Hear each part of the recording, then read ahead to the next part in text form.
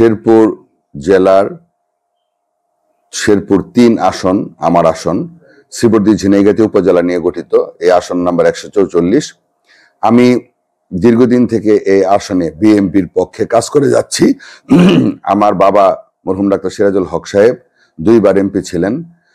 ওনার মৃত্যুর পরে আমি প্রথম সংসদ সদস্য নির্বাচিত হই জনগণের ভোটে এবং বিএনপির পক্ষ থেকে 1995 সন থেকে কাজ করা শুরু করি। আমি এ পর্যন্ত বিএনপির সাধারণ সম্পাদক ছিলাম, বিএনপির কনভেনার ছিলাম এবং বিএনপির প্রেসিডেন্ট ছিলাম দীর্ঘদিন। আমি এমপি থাকাকালীন সময়ে এবং বিরোধী দলে থাকা অবস্থায় আমি এলাকার মানুষের পক্ষে কাজ করেছি। আমার শ্রীবর্দী ঝিনাইগাতি উপজেলার যে কোনো প্রাকৃতিক দুর্যোগ, বন্যা, খরা, করোনা, বন্য হাতির আক্রমণে আমি এলাকার মানুষের সুখ দুঃখে পাশে ছিলাম। সরাসরি মাঠে থেকে আমি কাজ করেছি। সেই জন্য বাংলাদেশ জাতীয়তাবাদী দলের ভারপ্রাপ্ত চেয়ারম্যান জনাব তারেক রহমান সাহেব এবং আমাদের দেশনেত্রী বেগম খালেদা জিয়া এবার আমাকে মনোনয়ন দিয়েছে। আমি সেই জন্য ব্যক্তিগতভাবে আমাদের নেত্রী বেগম খালেদা জিয়াকে এবং ভারপ্রাপ্ত চেয়ারম্যান জনাব তারেক রহমান সাহেবকে ধন্যবাদ জানাই। ইনশাল্লাহ আমি বিশ্বাস করি জনগণ যদি সুষ্ঠুভাবে ভোট দেওয়ার সুযোগ পায় আমাকে অবশ্যই ইনশাল্লাহ এবার নির্বাচিত করবে অতীতের মতো।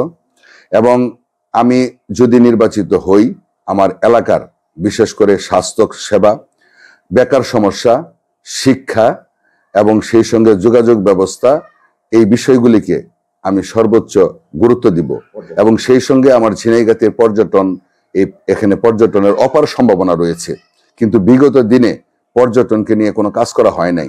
গজনি অবকাশ এই বাংলাদেশের মধ্যে ইতিমধ্যে এর সুনাম ছড়িয়েছে।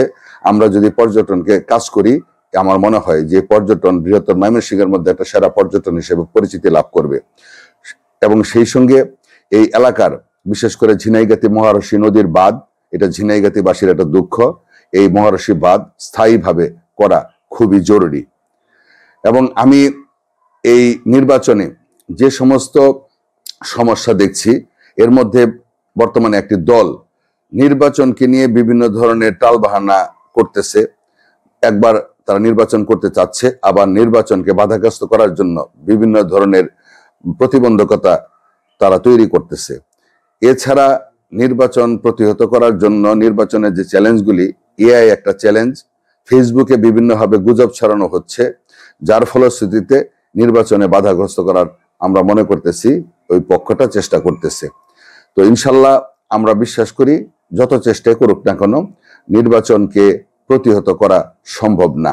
এবং ইনশাল্লাহ আমি যদি নির্বাচিত হই তাহলে জনগণকে সঙ্গে নিয়ে শ্রীবর্দী ঝিনাইগাতির বিগত 15 বৎসর যে কাজকর্ম থেকে এই কাজকর্ম হয়নি সেই কাজকর্মগুলি আমরা আবার নতুনভাবে শুরু করব এবং ইনশাল্লাহ ঝিনাইগাতি শ্রীবর্দী অনুন্নত উপজেলা হওয়া সত্ত্বেও একটা মডেল উপজেলায় আমরা পরিণত করব।